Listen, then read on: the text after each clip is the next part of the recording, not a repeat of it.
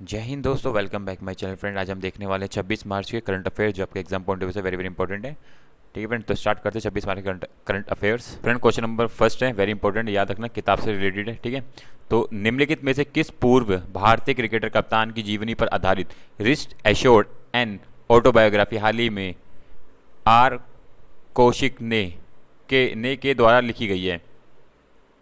तो आपको बताना है ना फ्रेंड, किस पूर्व कप्तान के ऊपर लिखी गई है। तो फ्रेंड, आपको इसे पिक्चर में दिख रहा होगा, रिस्ट एश्योर्ड, तो ये लिखी गई है ऑप्शन ए गुड़प्पा रंगनाथन विश्वनाथ। ठीक है, इनके ऊपर ये किताब लिखी गई है। ठीक है, रिस्ट एश्योर्ड। ठीक है, जिन्होंने 1969 से 9 और 1986 के बीच के लिए टेस्ट में इन्होंने तकरीबन 91 मैच खेले और उसमें 6000 रन बनाए थे। ठीक है ना, याद रखना, इनके ऊपर ये किताब पूरी लिखी गई है। ठीक है friends. Friend, question number second है, संयुक्त अरब अमीरात के किस शहर में हाल ही में विश्व पैरा एथलेटिक्स ग्रैंड पिक्स का आयोजन किया गया था? फ्रेंड, तो किस में किया गया था ये? तो राइट आंसर होगा ऑप्शन ए अबू धाबी में। ठीक, सॉरी, दुबई में। डी, ऑप्शन डी, दुबई में। ठीक है, दुबई में ये आयोजन किया गया था, ये बहुत बड़ा आयोजन किया गया था। इसमें पैरा ओलंपिक के तकरीबन बताते 45 एथलेटिक्स ने भाग लिया था। ठीक है, जिसके अंदर भारत के 29 सदस्यों ने इसमें पार्टिसिपेट किया था। ठीक है, वेरी इंपॉर्टेंट, याद रखना कि ये जो पार्टिसिपेट हुआ है पैरा एथलेटिक्स ग्रैंड पिक्स, ये संयुक्त अरब अमीरात यूएई में हुआ है। ठीक है फ्रेंड, याद रखना, इंपॉर्टेंट है। फ्रेंड, क्वेश्चन नंबर थर्ड है, किस इंडियन डिजिटल पेमेंट कंपनी ने freelance entrepreneur network gig India का अधिग्रहण किया है? फ्रेंड, तो आपको पता होगा फ्रेंड, ये कौन सी कंपनी है? तो फोन पे ने इसका गिग इंडिया का अधिग्रहण कर लिया है। ठीक है फ्रेंड, अब ये इसके अधिकार क्षेत्र में आ गई है। Freelance entrepreneur network gig India का अधिग्रहण कर लिया। डिजिटल भुगतान और वित्तीय सेवा कंपनी फोनपे ने पुणे स्थित स्वतंत्र सूक्ष्म उद्यमियों के लिए एक नेटवर्क है। ठीक है, तो अब इसने ये इसका कैप्चर कर लिया। तो बेसिकली हम बात करें फ़ोनपे की, 2015 में ये आई थी। ठीक है, इसका जो मुख्यालय है बेंगलुरु कर्नाटक के अंदर है। ठीक है, संस्थापक इसके और इसके जो भी सीईओ हैं सबके नाम यहाँ पे लिखेंगे, जो आपको ये पढ़ लेने हैं। ठीक है फ्रेंड्स।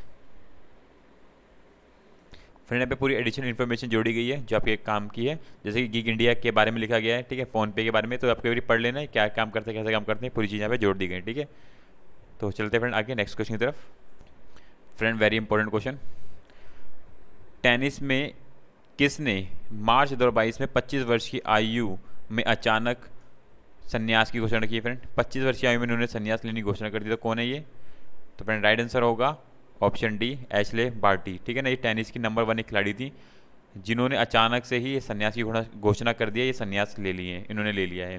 ठीक है, टेनिस में ये नंबर 1 की खिलाड़ी थी। अभी तक इन्होंने अभी तक बड़े खिताब जीते थे, 3 ग्रैंड स्लैम जीते थे, जैसे कि फ्रेंच ओपन 2019 में, 21 में विंबलडन और 2022 में ऑस्ट्रेलिया ओपन।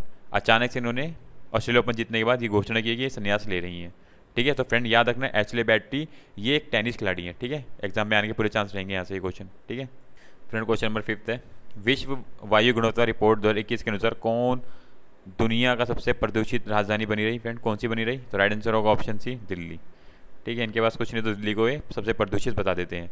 ठीक है, तो एयर द्वारा ये रिपोर्ट छापी गई, जिसमें बताया गया कि 100 देशों की सबसे प्रदूषित में भारत को 63 रैंक मिली है, इस स्थान पर है, जिसमें दिल्ली दुनिया की चौथी बार ये सबसे प्रदूषित राजधानी रही है। ठीक है फ्रेंड्स, बाकी यहाँ पे इंफॉर्मेशन जोड़ दी गई जो आपको एक बार पढ़ लेनी है। ठीक है,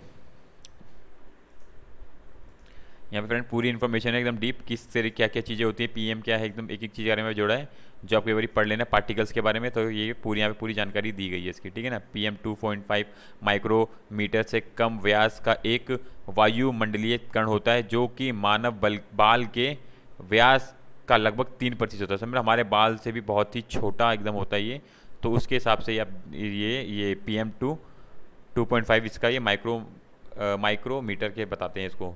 ठीक है, तो यहाँ पे पूरी इन्फॉर्मेशन जोड़ी है जो आपको एक बार पढ़ लेनी है। इतने छोटे छोटे पार्टिकल्स हैं जो हवा के अंदर होते हैं, जो एयर को प्रदूषित करते हैं बेसिकली। ठीक है, तो यहाँ पे 4 के 5 पॉइंट लिखे हैं जो इंपॉर्टेंट हैंगे। ठीक है फ्रेंड, ये सारी जो एडिशनल इन्फॉर्मेशन जोड़ दी जा रही हैं, जो सारी एडिशनल इन्फॉर्मेशन जोड़ी जा रही है फ्रेंड, ये आप ही के लिए है, ताकि आपको जो भी एक्स्ट्रा जो भी नॉलेज मिल सके वो यहाँ पे लिखी गई है। मैं तो उसको रीड आउट नहीं कर पाऊंगा, वीडियो ज़्यादा लंबी हो जाती है, इसमें आपको ये पढ़नी है सारी, या जो भी पढ़ना है, जो भी इंपॉर्टेंट लगता है उसको आपको नोट डाउन भी कर लेना साथ में। ठीक है, तो क्वेश्चन नंबर 6 है फ्रेंड, केंद्रीय जल शक्ति मंत्री का नाम बताएं जिन्होंने हाल ही में धूसर जल प्रबंधन के लिए सुजलाम 2.0 अभियान लॉन्च किया है। तो फ्रेंड कौन है वाले वो केंद्रीय जल शक्ति मंत्री? तो राइट आंसर होगा ऑप्शन ए, गजेंद्र सिंह शेखावत। ठीक है, इन्होंने अभी हाल ही में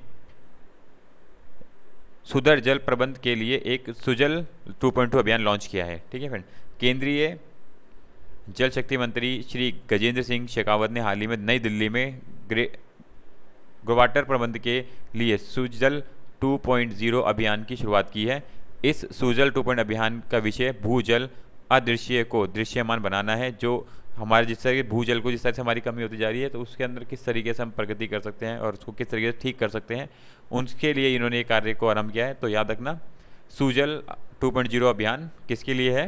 ये बेसिकली भूजल के लिए योजना चलाई जा रही है। ठीक है फ्रेंड्स, तो यहाँ पूरी जानकारी लिखी है जो आपको पढ़ लेनी है एक बारी। ठीक है फ्रेंड, यहाँ पे पूरी एडिशनल इन्फॉर्मेशन जुड़ी है। इस अभियान का उद्देश्य क्या है, इस अभियान की फंडिंग क्या है। ठीक है ना, यहाँ पे एक चीज़ के बारे में लिखा है जो आपको एक बारी नोट डाउन कर लेनी है, पढ़ लेना एक बार इसको। फ्रेंड क्वेश्चन नंबर 7 है, Norwegian academic of science and literature ने किस देश के गणितज्ञ डेनिस पार्नेस सुलिवन को एबल पुरस्कार 2022 से सम्मानित किया फ्रेंड? तो फ्रेंड किसको किया गया है वो किस देश के, आपको देश का नाम बताना है। तो वो हैं अमेरिका के। ठीक है, ये इस देश के अमेरिका के हैं। इनको इस साल का गणितज्ञ में एबल पुरस्कार दिया गया। जो एबल पुरस्कार है वो इक्विवेलेंट है किसके इक्विवेलेंट है फ्रेंड वो? ठीक है फ्रेंड, नोबेल पुरस्कार के इक्विवेलेंट है। ठीक है, जो एबल पुरस्कार है वो इनके नाम पे ही रखा गया था फ्रेंड। ठीक है, ये एक नॉर्वे के मशहूर बहुत ही प्रख्यात ये गणितज्ञ थे। ठीक है, इन्हीं के नाम पर इस पुरस्कार को रखा गया था। ठीक है ना, इनका नाम जो है नेल्स हेनरी एबल था। ठीक है फ्रेंड, नेल्स हेनरी एबल था, इन्हीं के नाम पर ये रखा गया है। और ये जो है 40 वर्ष से कम आयु के लोगों को दिया जाता है। ठीक है ना फ्रेंड, ये याद रखना, 40 वर्ष से कम आयु के लोगों को ये दिया था और पहली बार 2003 में दिया गया था। ठीक है फ्रेंड, तो ये कुछ इंपॉर्टेंट यहाँ पे इंफॉर्मेशन जोड़ी गई जो आपको ये पढ़ लेना है। ठीक है ना, एबल पुरस्कार के बारे में। फ्रेंड क्वेश्चन नंबर 8 है, किस राज्य केंद्र शासित प्रदेश में भारत भाग्य विधाता कार्यक्रम शुरू किया जाएगा? फ्रेंड वेरी इंपॉर्टेंट, तो किस राज्य में किया जाने वाला है? ऑप्शन ए, दिल्ली में। ठीक है, ये जो है भारत भाग्य विधाता ये दिल्ली के अंदर आयोजित किया जाएगा। 25 मार्च से 3 अप्रैल तक ये चलने वाला आयोजन। ठीक है, भारत भाग्य विधाता। और जो इसको आयोजित करने वाले जो मंत्रालय हैं वो याद रखना, एक तो है ये तो पहले 10 दिवसीय कार्यक्रम संस्कृत मंत्रालय के सहयोग से आयोजित किया जाएगा। ठीक है ना, इसके अंदर क्या दिखाया जाएगा? आज़ादी के अमृत महत्व को दिखाया जाएगा, हमारी संस्कृति, कला, ठीक है, विरासत, इतिहास, इसके अंदर सब चीज़ों को प्रदर्शित किया जाएगा। इसमें सब चीज़ें यहाँ पे आयोजित की जाने वाली है। ठीक है, तो याद रखना भारत भाग्य विधाता दिल्ली के अंदर आयोजित किया जाएगा। ठीक है फ्रेंड्स। फ्रेंड क्वेश्चन नंबर 9 है, इंपॉर्टेंट है, याद रखना, एशिया का सबसे बड़ा ट्यूलिप गार्डन। ठीक है फ्रेंड, कहाँ पे है वो?